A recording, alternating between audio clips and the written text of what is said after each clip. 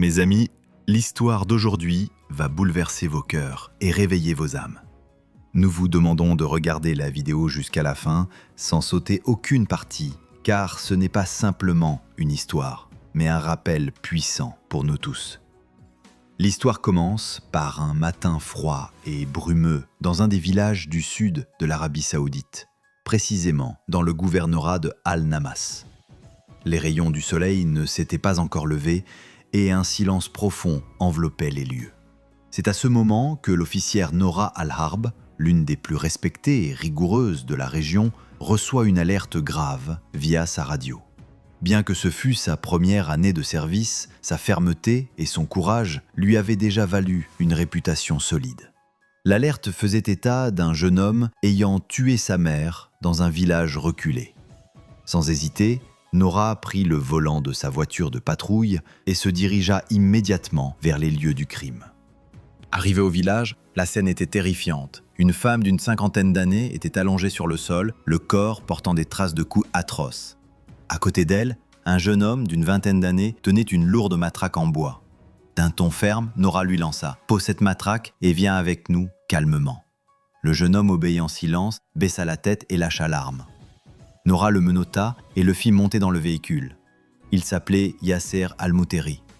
Mais ce qui était plus effrayant que le crime lui-même, c'était le visage de Yasser. Aucune trace de regret ni de peur, comme s'il avait accepté son sort dès le début. De retour au poste, Nora le plaça dans une cellule isolée et attendit les résultats des preuves médico-légales et des rapports d'autopsie. Pendant tout ce temps, Yasser resta silencieux. Il ne tenta pas de se défendre, ne demanda rien. Le soir, une décision fut rendue. Il serait transféré au tribunal général d'Aba. Après un examen préliminaire des preuves, le jugement tomba, peine de mort par exécution. Mais selon la loi saoudienne, une période de 2 mois est accordée avant l'application du jugement pour permettre un éventuel recours ou une dernière volonté. Mes amis, que vous soyez d'Arabie Saoudite ou d'ailleurs, restez avec nous car la partie la plus émotive de cette histoire ne fait que commencer. Mais avant de continuer, prenons un instant pour nous recueillir. Ô Allah, protège-nous de tomber dans le péché, pardonne-nous et accorde-nous le paradis suprême. Si vos cœurs ont dit Amin, écrivez-le dans les commentaires et n'oubliez pas de soutenir la chaîne en vous abonnant et en likant. Yasser fut renvoyé au même poste de police où travaillait Nora. Il fut placé dans une cellule, à l'écart des caméras, avec une petite fenêtre par laquelle passait un mince rayon de lumière. Quelques jours plus tard, une femme arriva en pleurs, déclarant qu'un voleur lui avait dérobé toutes ses économies. Nora envoya son équipe enquêter, tandis qu'elle resta au poste pour surveiller Yasser elle-même. À son retour, elle le trouva en train de fixer la petite fenêtre, plongé dans ses pensées. Elle lui demanda calmement « Tu n'as ressenti aucune douleur après le jugement ? Ta mère est morte et tu ne m'as jamais expliqué pourquoi tu l'as tuée ?» Yasser esquissa un léger sourire, sans moquerie ni colère. Son visage était étrangement paisible. Nora mit fin à la conversation et s'éloigna. Plus tard, elle découvrit que le signalement du vol était faux. La femme avait retiré l'argent elle-même avec l'aide de son fils. Elle retourna voir Yasser et lui apporta une tasse de thé. Elle lui dit « Il te reste 2 mois. Si tu as un dernier souhait, fais-le nous savoir. » La loi permet en effet de réaliser une dernière volonté tant qu'elle ne viole ni la religion ni la loi. Yasser prit la tasse, soupira et dit « Mon seul souhait est de passer chaque nuit avec une jeune vierge jusqu'à l'exécution. » Nora se tut un instant. Elle ne cria pas, ne réagit pas violemment, mais ressentit une colère brûlante en elle. Yasser sourit à nouveau. Teasingly, « Pourquoi pas toi? Tu n'es pas encore marié et la loi le permet. » Elle le regarda froidement et répondit « Coldly, je vais y réfléchir. » Puis, elle partit. Cette nuit-là, Nora ne put fermer l'œil. Les mots de Yasser la hantaient. Hauntingly, « Pourquoi pas toi ?» La dernière volonté pouvait-elle aller au-delà des limites de l'éthique? Son rôle d'être humain surpassait-il celui d'officière? Elle ne trouva pas de réponse. Dans les jours suivants, Nora commença à parler de plus en plus souvent avec Yasser. Il éludait toujours les questions, mais laissait derrière lui des paroles lourdes de sens, sur sa mère, les gens du village, l'acceptation de la peine. Parfois il disait, softly, « Ma mère me rend visite en rêve chaque nuit. » Un soir, alors que la pluie tombait et que le tonnerre grondait, Nora était seule au poste. Elle s'approcha de la cellule de Yasser et resta là, silencieuse, à l'observer. Il était allongé, les yeux fermés, mais son visage semblait paisible. Elle murmura « Tu te souviens de ta mère ?» Il répondit sans ouvrir les yeux « Tous les jours, mais ça n'a plus d'importance. » Nora, d'une voix basse, demanda « Est-ce que vraiment ?» Mais elle ne termina pas sa phrase. Yasser ouvrit les yeux, la regarda et dit « Non, mais même si je disais la vérité, personne ne me croirait. » Il parla d'une voix calme, dénuée de toute émotion. « Tout le monde m'a jugé avant même de m'écouter. » Il ne tenta jamais de se justifier, ne demanda aucune compassion. Sa voix était fatiguée, celle d'un homme épuisé par la douleur. Nora Al-Harb sentit une piqûre dans son cœur. S'était-elle occupée de cette affaire comme d'un simple dossier routinier ? Était-elle devenue comme tous ceux qui jugent sans comprendre les circonstances ?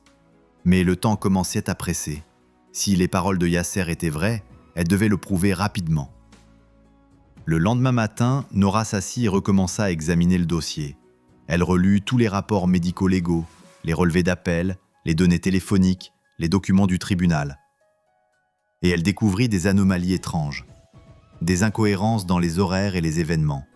Le dernier appel passé par la mère de Yasser avait été avec un homme influent du village, connu pour des affaires antérieures liées à l'appropriation illégale de terres de l'État. Nora décida alors d'ouvrir une enquête secrète. Pendant ce temps, Yasser restait ferme sur sa dernière demande. Quand elle lui demanda s'il pensait à une autre requête, il répondit calmement « Je ne peux plus rien demander, mais je t'aime. » Nora fut surprise. Il la regarda et poursuivit « Nora, je n'ai jamais vu une femme aussi sincère et courageuse que toi. Peut-être que si tu m'avais connue avant, tu aurais vu un garçon simple, perdu dans des circonstances plus dures que le cœur humain. » Cette nuit-là, Nora prit une décision. Elle abandonna un instant son rôle de policière rigide.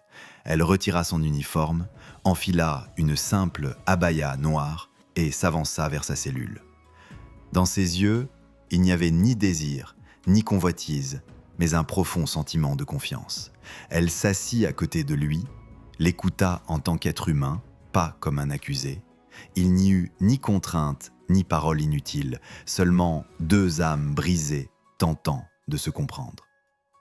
Le lendemain matin, pour la première fois, la vie brillait dans les yeux de Yasser. Il lui dit « Si tu me crois, aide-moi à faire éclater la vérité. » Elle lui répondit avec assurance « À partir d'aujourd'hui, ce combat est le mien. » Deux chemins s'ouvraient devant Nora. Ignorer la voix de l'accusé, comme les autres, ou creuser la vérité, même si cela allait à l'encontre du système. Son enquête secrète révéla que la mère de Yasser avait porté plainte contre cet homme influent, Fawaz Al-Jouhani, pour appropriation de terres publiques. Et la nuit du meurtre, sa présence fut détectée près de sa maison. Cet appel téléphonique final éveilla fortement les soupçons de Nora. Elle décida alors de prendre l'affaire en main personnellement. Elle informa sa hiérarchie de son souhait de rouvrir l'enquête. Au début, ils se moquèrent d'elle. Mais lorsqu'elle présenta un dossier complet, on lui accorda un délai de 15 jours pour prouver l'innocence de Yasser.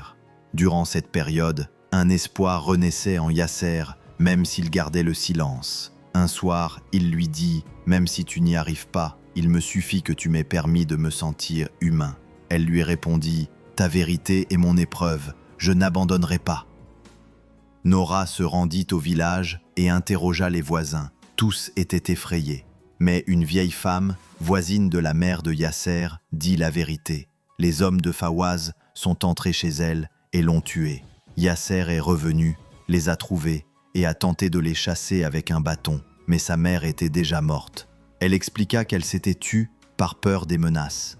Nora enregistra son témoignage, le compara aux rapports médicaux et aux relevés de géolocalisation téléphonique. Toutes les preuves pointaient vers l'innocence de Yasser. Elle soumit une requête officielle pour rouvrir le procès. Les témoins furent convoqués, Fawaz Al-Jouhani fut arrêté. L'affaire fit la une des médias saoudiens. Après plusieurs audiences, le tribunal annula la peine de mort et libéra Yasser.